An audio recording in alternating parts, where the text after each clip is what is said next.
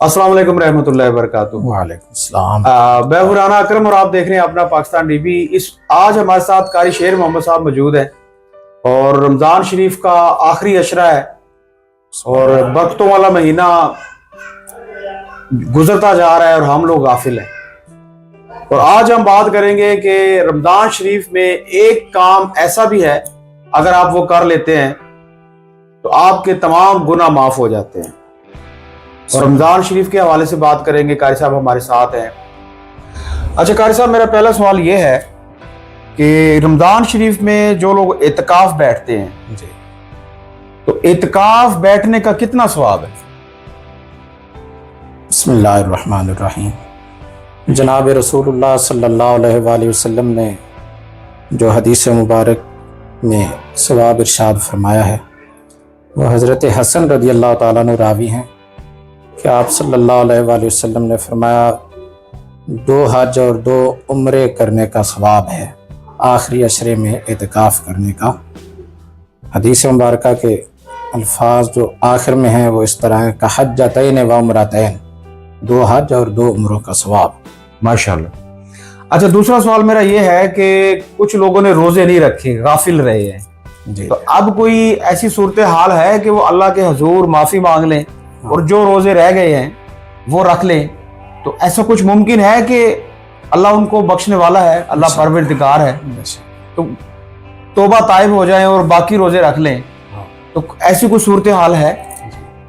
आप देखिए हमारे प्यारे नबी सल्लल्लाहु अलैहि वसल्लम इरशाद फरमाते हैं व शहरुन अव्वलु रहमतुन, कि रमज़ानुल मुबारक का पहला अशरा अशरा रहमत है, व औसतु मगफिरतुन, और दरमियान का अशरा अशरा मगफिरत है, व आखिरु इत्कुम मिनन नार, और आखिरी अशरा दोज़ख से आज़ादी का है। तो हमारी गफलत के क्या कहने कि पहले 2 अशरे मुकम्मल हो चुके हैं। गफलत जो कि तू है, किसी ने रोज़ा नहीं रखा, किसी ने तरावी नहीं पढ़ी, किसी ने कुछ रोज़े रखे हैं तो तरावी नहीं पढ़ी, किसी ने तरावी पढ़ी तो रोज़ा नहीं रखा। और बहुत सारे बदबख्त ऐसे हैं, एक बड़ी तादाद है उम्मत मुस्लिमा में, जिन्होंने ना कोई रोज़ा रखा ना तरावी पढ़ी। तो मगफिरत के हुसूल के लिए ये ज़रूरी है कि हम अपना सर न्याज खम कर दें, अल्लाह करीम की बारगाह में इल्तिजा करें, माफ़िया मांगे, तौबा इस्तिग़फ़ार करें। और माह रमज़ानुल मुबारक की ख़ास इबादत ही दिन को रोज़ा रखना, रात को नमाज तरावी में हाज़री देना। हुज़ूर सल्लल्लाहु अलैहि वसल्लम ने फरमाया, बुखारी शरीफ की हदीस है, मन साम रमदान ईमानम व एहतिसाबन गुफ़िर लहु मा तक़द्दम मिन ज़ंबी। और दूसरी रिवायत में फरमाया, मन क़ाम रमदान ईमानम व एहतिसाबन गुफ़िर लहु मा तक़द्दम मिन ज़ंबी, यानी जिसने माह रमज़ान के रोज़े रखे और जिसने रात का क़याम किया। रात के क़याम से मुराद तमाम उलमा के नज़दीक 20 तरावी बाजमात पढ़ना है। फरमाया जिसने दिन को रोज़ा रखा, रात को तरावी पढ़ी, गुफ़िर लहु मा तक़द्दम मिन ज़ंबिही, अल्लाह उसके गुज़िश्ता तमाम गुनाह माफ़ फरमा देगा। सुभान अल्लाह। और जो रोज़े रह गए उनके मुतल्लिक अल्लाह ताला ने फरमाया है फ़इद्दतुम मिन अय्यामिन उख़र, कि वो दूसरे दिनों में तादाद पूरी की जाए, क़ज़ा दी जाए।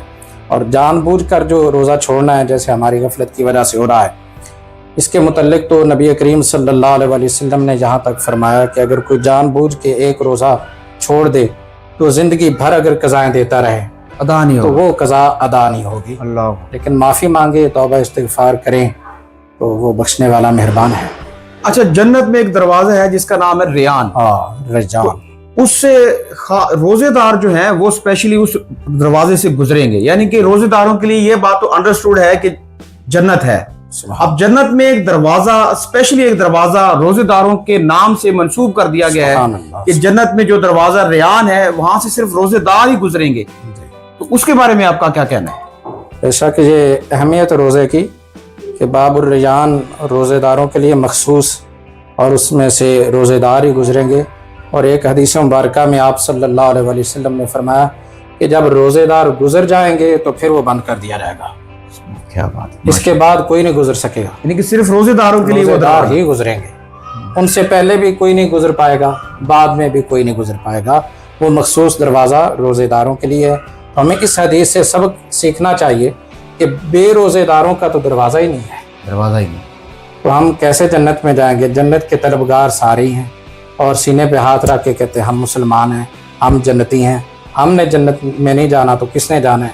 تو بھائی ہم کیسے مسلمان ہیں؟ کہاں تک ہم تقاضے پورے کر رہے ہیں مسلمان ہونے کے اور جنت کے حصول کے لیے؟ جنت ان کو ملے گی جن کو اللہ کی رضا ملے گی۔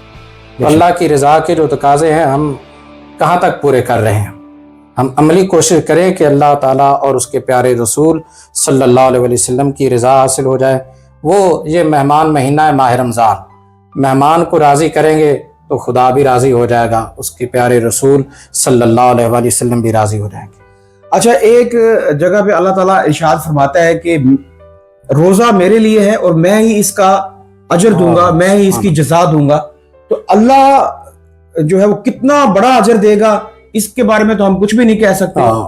تو یہ تو بہت بڑی بات، مطلب قرآن شریف کا مفہوم ہے کہ میں ہی اس کی جزا دوں گا۔ اب اللہ کتنا بڑا اجر دیں گے اس کے بارے میں آپ کچھ کہنا چاہیں گے قاری صاحب؟ جی، یہ حدیث قدسی ہے، بخاری شریف میں ہے، اور حدیث قدسی جو ہوتی ہے وہ اللہ کا کلام ہی ہوتا ہے، کلام ہی ہوتا ہے، قرآن مجید کے علاوہ اس کے راوی رسول اللہ صلی اللہ علیہ وسلم ہوتے ہیں۔